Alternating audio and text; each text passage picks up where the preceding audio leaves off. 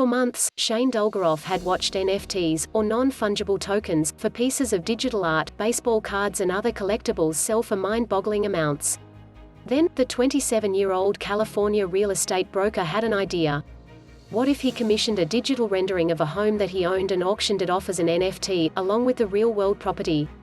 Within weeks, he had a technicolor work of digital art by Kii Arens, a contemporary pop artist and graphic designer. Dulgeroff bundled it with his 2-unit duplex in Thousand Oaks, California, which he advertised as bringing in an annual rental income of $60,000. The offering was put up for auction at OpenSea, an online marketplace for digital assets that are backed by a blockchain, like Ethereum. "This is going down in history," Dulgeroff said before the auction opened on April 9. "Not only is it the world's first property to be sold this way, but once this sale closes, it will open up people's eyes to a new way to sell real estate." When Dulgeroff first put the NFT up for auction, it wasn't immediately clear how much the house and artwork might go for.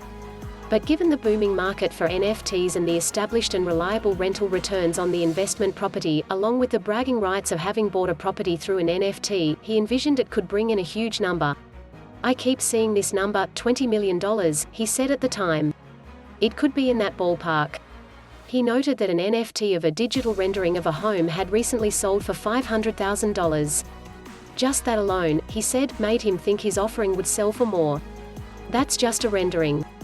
This comes with a real house, with real rental income," Dulgeroff said. But it didn't quite work out as he had hoped. The auction opened with a minimum bid of 48 Ether, which at the time was valued at around $110,000, and an undisclosed reserve price, the minimum amount Dulgeroff would accept, of $2 million. But 2 weeks later, the auction closed and not a single person had bid. Just a couple months ago, an NFT of a collage of images by digital artist Beeple went for a whopping $69, $3 million. A video clip of a LeBron James slam dunk sold for more than $200,000 and a decade-old Nyan Cat GIF went for $600,000. But all these valuations are, for the most part, subjective, explained Craig Russo, Director of Innovation at Polyient, an investment group focused on blockchain-based finance and NFTs. The sky-high premiums paid for those NFTs are, in part, due to the novelty of buying a new type of asset, he said.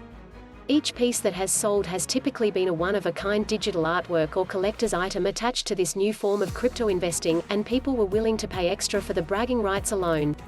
There's also an underdeveloped appraisal process behind NFTs, for valuations to range wildly, said Russo.